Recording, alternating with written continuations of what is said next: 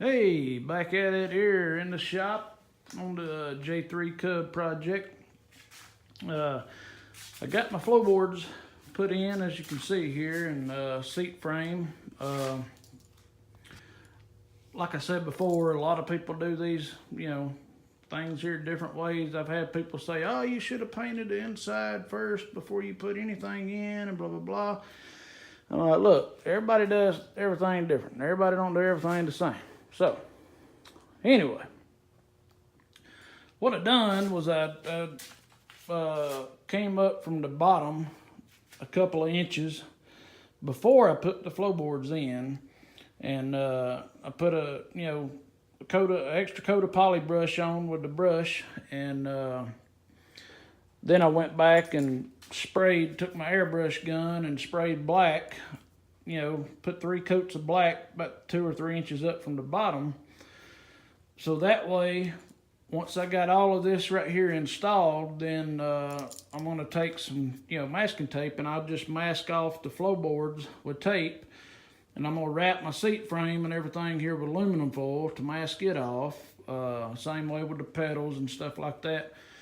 But I got the blue tape on the pedals right now because whenever I was putting them in, just to keep them from dinging and banging around there on stuff and, chipping my paint off. But anyhow,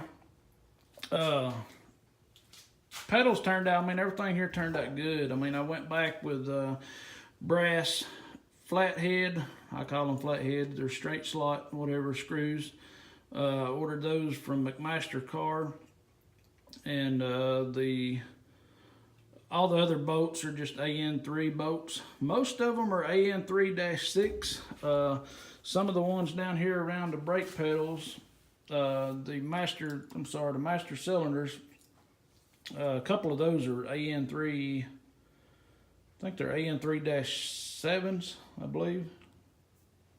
Yeah, AN3-7, and a couple of them's AN3-10, so anyways, my pulley covers, I just now screwed them in just a minute ago, and got them, just bolted in.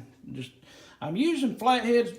I call them flatheads, and you can say straight slots, whatever. But I'm using flathead screws on everything that I can. Pretty well. Everything that takes a screw is getting a flathead / straight slot screw in it. Most of them are brass.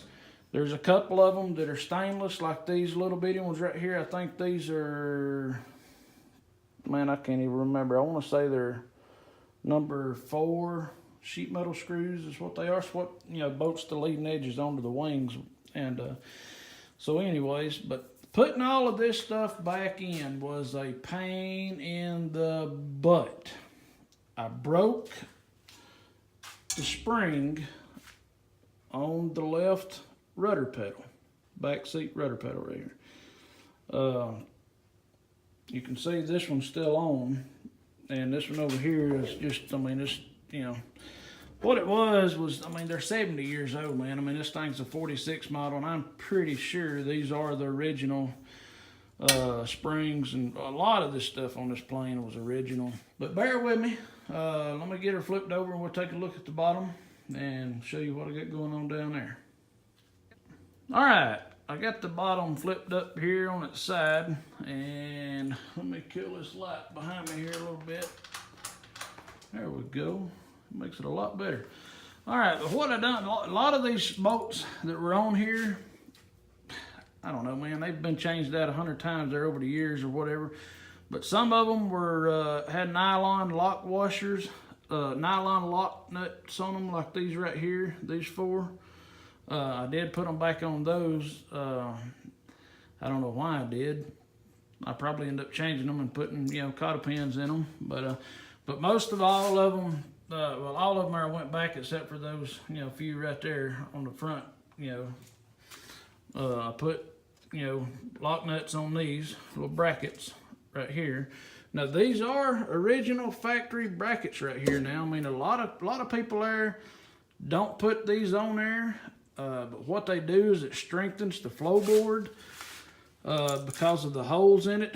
And what this hole right here is for this is a pretty much must-have. I mean, if you're gonna, put new floorboards in, cut a hole right here, because this is in case if the gas tank drips, the gas will drip right on through the floorboard and hit in the fabric and roll down to the bottom, to the back.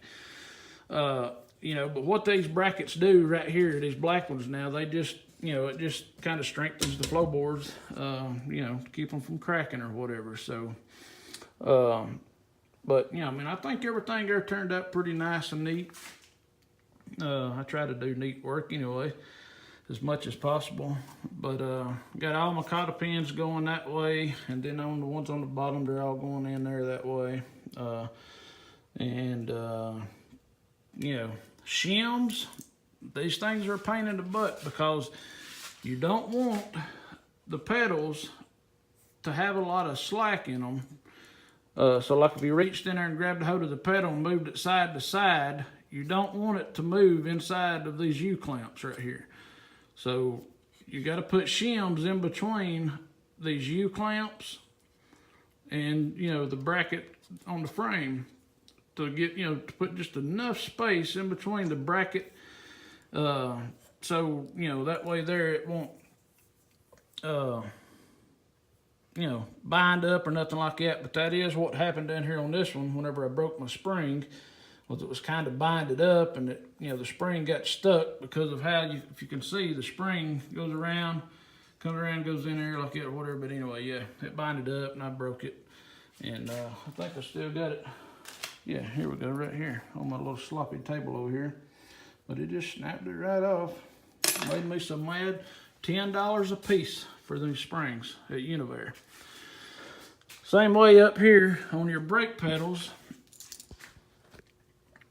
These, let's see, there was, on mine anyways, I don't know if all Cubs are like this or not, but how this frame tube is running up here and this is going over the tube, well, whenever I bolted it straight down, the brackets and all straight on there, the brake pedal, I mean, it just barely sat on it, and it was rubbing it. I didn't like it. So I ended up putting some spacers between these square tube spacers and the floorboard in there, just enough to raise it up off of this. And whenever I put all of this together, I did take some grease, and if you can, if you want to, or if you want to have a squeaky pedal down the road, then whatever. But I put some grease in here on these clamps and stuff, just to kind of grease them up so they'll move. You can see how easy that moves, and there's no slack in it or nothing. All the pedals are that way, they move pretty easily. But that's about it. On my master cylinders, I don't know if you can see it down in here or not, but I ended up getting some brand new flathead brass screws, and that's what I put my master cylinders there back together with flathead brass screws. But anyways, my mouth getting a little dry here on me, so just continue to follow along, and we're getting ready to put fabric here on shortly. I've got to I made this stringer right here to go on the bottom, and crafted it out. Looks pretty good. I think it's like 1.5 inches high off of the frame, so that way it'll give it a good belly, good roll there on the bottom for drainage and stuff. But I got to straighten out these longerons and a couple of the stringers there on the top of the bird cage, and then we're ready to go with some fabric. But anyways, be sure to like and subscribe. Give it a big thumbs up for me if you don't mind, and I apologize for saying so much. My mind's 90 to nothing always, and so that's just how I roll. So a lot of people there comment, say, man, that's about redneck as they come. Hey, I'm sorry, I'm Southern Georgia boy. So anyways, thank you for watching. Take care and God bless. See you on the next video.